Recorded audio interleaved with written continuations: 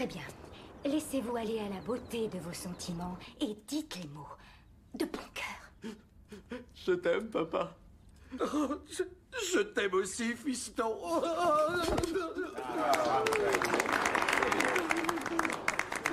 Mes chers amis, nous avons de nouveaux participants avec nous aujourd'hui. Nous accueillons Scott et son père, monsieur L'Envers. D'enfer, en réalité. Docteur d'enfer. Bonjour, docteur. Bonjour, Scott. Bonjour tout le monde. Voyons, Scott, si nous commencions par vous, que pouvez-vous dire des raisons que vous avez d'être là?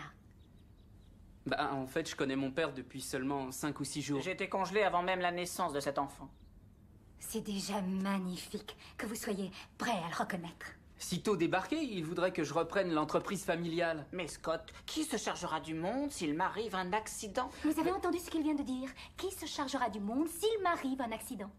Il arrive à certains d'entre nous d'éprouver le même sentiment, non? Ah oui. Bien. Et vous, que voudriez-vous faire, Scott?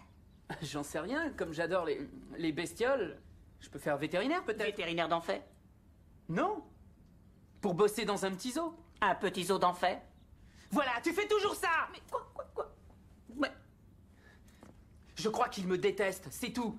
En fait, il me tuera s'il peut. Oh non, Scott, on ne veut tuer personne dans cette salle. Il nous arrive de le penser, il nous arrive même de le dire. Mais en fait, on ne le fait jamais. J'avoue que ce garçon est astucieux. Effectivement, j'essaie de le tuer, mais sans succès jusqu'à aujourd'hui. Il est rusé, il tient ça de son père. Voilà, vous pigez tout maintenant. C'est ça, bon.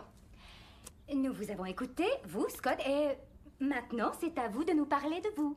Les détails de mon existence n'ont aucun intérêt. Oh, mais si, si vous nous parliez de votre enfance. Fort bien. Par où commencer? Mon père fut le plus élégant des propriétaires de boulangerie d'Amsterdam. Il était atteint de narcolepsie et d'un penchant pour la pédophilie.